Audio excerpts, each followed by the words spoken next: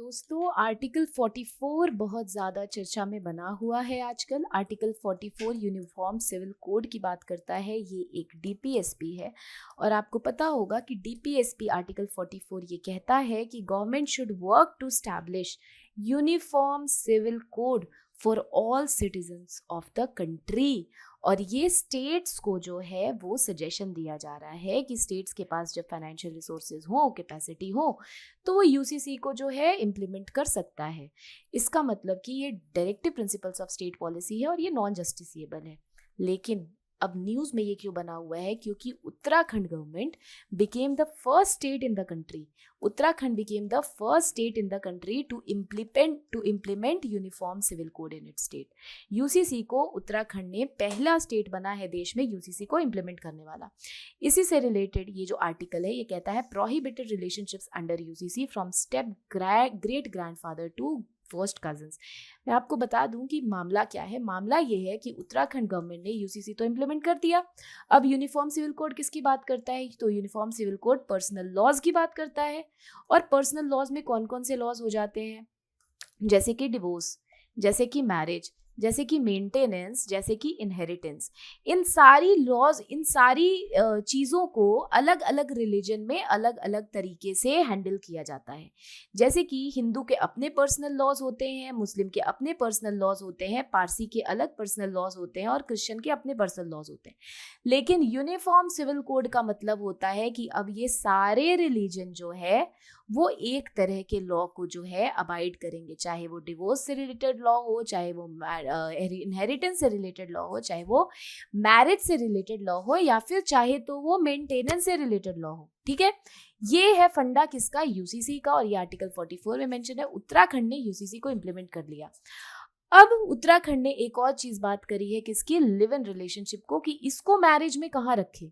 Marriage से related तो हम ये बात कर लेंगे, है ना, डिवोर्स से रिलेटेड भी कर लेंगे, मेंटेनेंस से भी कर, इनहेरिटेंस, मैरिज को कहाँ रखे, लिव इन रिलेशनशिप को कहाँ रखे? तो लिव इन रिलेशनशिप को भी एक्सेप्टेंस मिली है, लेकिन तभी एक्सेप्टेंस मिली है जब आप लिव इन रिलेशनशिप को आप रजिस्टर कराओगे। और रजिस्टर कराने के लिए आपको पोर्टल पे रजिस्टर कराना होगा, रजिस्ट्रार उसको रजिस्टर करेगा। लेकिन कुछ ऐसे भी रिलेशंस होते हैं जिसको कि आप लिव इन रिलेशन में रहते आप रजिस्टर नहीं करा सकते। उत्तराखंड का मैं आपको पहले बता दूं कि ये जो रजिस्ट्रेशन वाला जो फॉर्मूला आया है कि लिव इन रिलेशनशिप को आपको रजिस्टर करना पड़ेगा, जैसे एक लड़का एडल्ट मेल और एडल्ट फीमेल साथ रह रहे हैं विदाउट मैरिज, तो इनको लिव इन रिलेशनशिप कहते हैं, इनको रजिस्टर कराना पड़ेगा। लेकिन यहाँ पे प्रॉब्लम क्या आई है? यहाँ पे ये आई है कि बहुत सारे लोग उत्तराखंड स्टेट छोड़ के बाहर भाग जा रहे हैं जो लिव इन रिलेशनशिप में रहते थे, बिकॉज वो अपना रजिस्ट्रेशन नहीं चाहते हैं। और ये क्यों हो रहा है? क्योंकि बहुत सारी केसेस, जैसे श्रद्धा का केस हो गया कि लड़की को मार के फेंक दिया, काट दिया। तो भैया ये केसेस होते हैं तभी जब इसकी कोई रजिस्ट्रेशन नहीं होती, कोई वैलिडेशन नहीं होती। जब आप अपनी मर्जी से कोहैबिटेशन का रजिस्ट्रेशन फाइल कर रहे हो कि हाँ हम विदाउट मैरिज साथ रह रहे हैं, तब इस तरह का कोई भी इशू होगा उस पर भी संज्ञान लिया जा सकता है। So that is very very important. इसीलिए चलो, लिव इन रिलेशनशिप से बहुत लोग भाग रहे हैं जिनको रजिस्टर नहीं कराना है। उसके अलावा बहुत लोग रह भी रहे जो रजिस्टर करा रहे।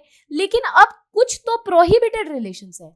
प्रोहिबिटेड रिलेशनशिप का क्या मतलब होता है? यूसीसी एक्ट जो है उत्तराखंड का, उसने प्रोहिबिटेड रिलेशनशिप्स को मेंशन किया है, जिसमें कि ये बताते हैं कुछ ऐसे संबंध जो कि मर्द और औरत के बीच में नहीं बन सकते हैं, इवन दो वो लिव इन रिलेशनशिप में अपना रजिस्ट्रेशन कराते हैं फिर भी। तो वो कौन से संबंध है उसी पे हम चर्चा करेंगे। अब आप गेस करो, अब आप इमेजिन करो, सोचो कि there is grandfather and there is granddaughter. Okay, एक फीमेल है, एक मेल है, ये कोहैबिटेशन साथ रह रहे हैं विदाउट मैरिज। ठीक है, ये साथ रह रहे हैं, तो ये हो गया इनका live in relationship, like husband and wife they are living together. और ये जो रिलेशनशिप है, दिस कम्स अंडर व्हाट?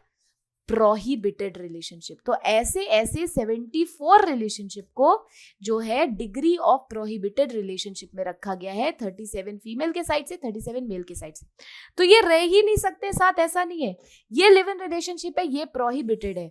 तो प्रोहिबिटेड है, लेकिन इसका एक वे आउट है, क्योंकि बहुत सारे ऐसे रिलीजन होते हैं जिसमें कि, जैसे कि एग्जाम्पल है पैरेलल कजन मैरिज, है ना, जैसे कि एक मेल है, एक फीमेल है, इनके 3 बच्चे हैं, 2 बच्चे हैं, एक बेटा और एक बेटी। अब इनकी एक फीमेल से शादी हुई, इसको हुआ एक बेटा, इसकी एक मेल से शादी हुई, उनको हुआ एक बेटी। तो ये भाई बहन अपने बच्चों की शादी कराते हैं और ये दोनों क्या है, पैरेलल कजन्स हो गए। तो इस तरह का भी रिलेशनशिप को किसमें रखा गया है, प्रोहिबिटेड रिलेशनशिप में रखा गया है, ठीक है। लेकिन कुछ समाज में, मुस्लिम्स के कुछ समाज में भी ये मैरिज अलाउड रहती है। तो इसका कुछ वे आउट तो होना चाहिए, अगर ये लिव इन में रह रहे हैं तो इसका वे आउट ये है कि ये जो प्रोहिबिटेड रिलेशनशिप है, ये आपको रजिस्ट्रेशन के पहले, रजिस्ट्रेशन मतलब रजिस्ट्रार के पास रजिस्ट्रेशन के पहले आपको इस रिलेशनशिप को अपने रिलीजियस लीडर से परमिशन लेना पड़ेगा। जब चाहे वो मौलवी हो, चाहे वो जो, आपके अगर रिलीजियस लीडर परमिट कर देते हैं कि हाँ ये रिलेशनशिप जायज है, वैलिड है, तभी जाकर के आपको रजिस्ट्रेशन आपकी होगी, रजिस्ट्रार एक्सेप्ट करेगा। लेकिन यहाँ पे प्रॉब्लम ये है कि जो रजिस्ट्रार है उसकी भी अपनी मर्जी है, वो चाहे तो उसकी डिस्क्रिशनरी पावर है, वो चाहे तो इस एक्सेप्टेंस को जो है वो इनवैलिडेट या फिर रिजेक्ट भी कर सकता है। This is also the problem. Okay, so now coming on to the news, कि अब आप इतना समझ गए, अब इसमें प्रॉब्लम क्या क्या है आपको सबको चीज खुद ही समझ आ रहा होगा, हम इसको डिग्री में डिस्कस भी करेंगे आगे। UCC mandates live in couple to seek permission from religious leader and registrar. Permission लो अगर आप डिग्री ऑफ प्रोहिबिटेड रिलेशनशिप्स हो, ठीक है। 74 सच रिलेशनशिप को यूसीसी ने लिखा है। अब लिव इन रिलेशनशिप में nature of relationship live in का क्या होता है, जब एक लिव इन रिलेशनशिप है, जब कोहैबिटेशन होती है मैन एंड वुमेन की रिजेम्बलिंग टू मैरिज, लेकिन इसमें क्या है, आप इसमें नोटिस करो, इसका आपको डार्क साइड दिखेगा कि यहाँ पे सेम सेक्स की बात नहीं की गई है, यानी कि जो होमोसेक्सुअलिटी है उसको यहाँ इग्नोर किया गया है। जरूरी है कोहैबिटेशन किसके बीच में, मेन एंड वुमेन के बीच में, शादीशुदा की तरह रह रहे हैं बिना शादी के। शेयर्ड हाउस होल्ड, ठीक है, जॉइंटली ओन करते हैं सब कुछ और पैसा वैसा सब कुछ देता है, अकोमोडेशन है। कंडीशन क्या होता है, कंडीशन यही है कि adult mail and female qualify करते हैं, ठीक है।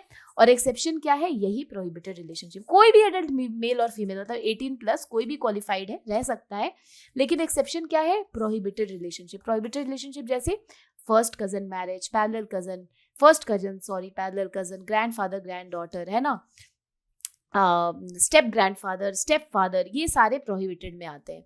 अब ये जो प्रोहिबिटेड रिलेशनशिप है उत्तराखंड की यूसीसी में मेंशन है, यूसीसी एक्ट में शेड्यूल 1 में, जिसमें कि मेन और वुमेन के बारे में बताया है कि कौन कौन से जो है रिस्ट्रिक्टेड है।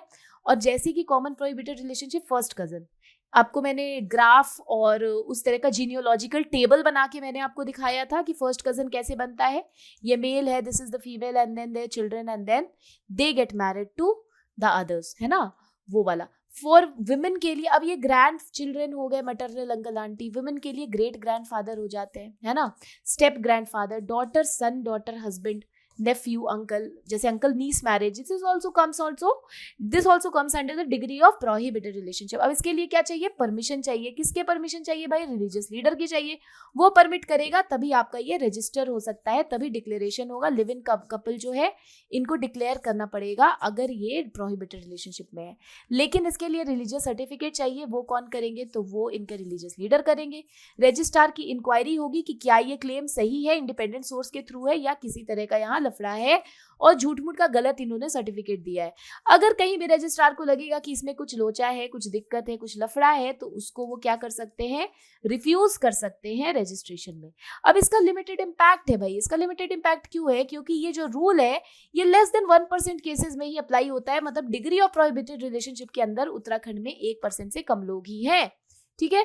प्रोहिबिटेड रिलेशनशिप में मैंने आपको बता दिया, लीनियल एसिडेंट्स, ग्रैंडफादर ग्रैंड डॉटर हो गया, फादर सन वाइफ हो गया, half step sister, uncle niece and children, right. Comparison with Muslim personal law, Muslim personal law जो है वो ब्लड रिलेशन को तो प्रोहिबिट करती है, जिसको कहते हैं कॉन्सैंग्युइनिटी। एक कॉन्सैंग्युइनिटी होता है जो कि होता है ब्लड रिलेशन का रिश्ता, एक होता है एफिनिटी होता है जो कि marriage by relations bye marriage के थ्रू जो रिलेशन बनता है, जैसे कि नंद हो गई या नंदोई हो गए, ऐसा वाला रिश्ता।